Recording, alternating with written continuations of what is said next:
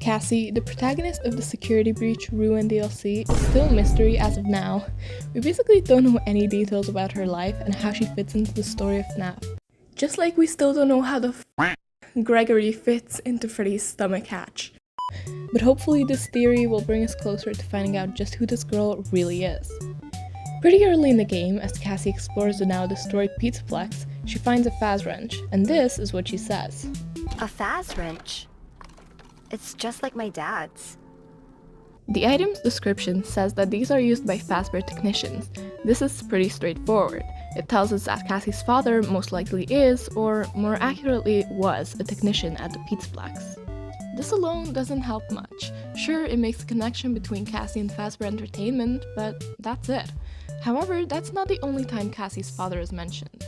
One of the collectibles, specifically the AR Bonnie lunchbox, has the description, "Bonnie was my dad's favorite."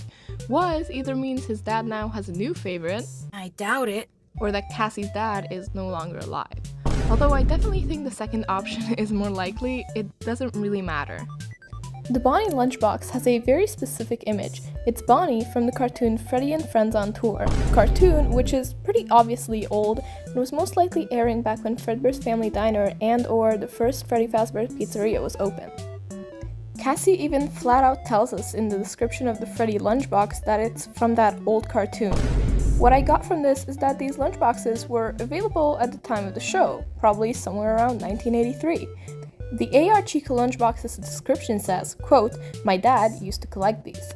Cassie's dad must have been present during the time the cartoon was airing. If this was indeed sometime around 1983, then what better game to check out than Fnaf 4?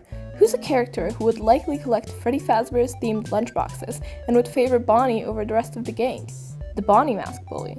It would make sense, right? He has quite some history with Fazbear Entertainment. It's definitely not out of the question that he'd end up working there as a technician. Let me also point out that his and Cassie's color palettes match up almost perfectly. And we know how important colors are in FNAF, so excuse me for pointing out the almost identical skin tone, which I might add none of the other bullies have, so... sus. Anyway, we don't know exactly when Security Breach takes place, but I would say between 2025 and 2030.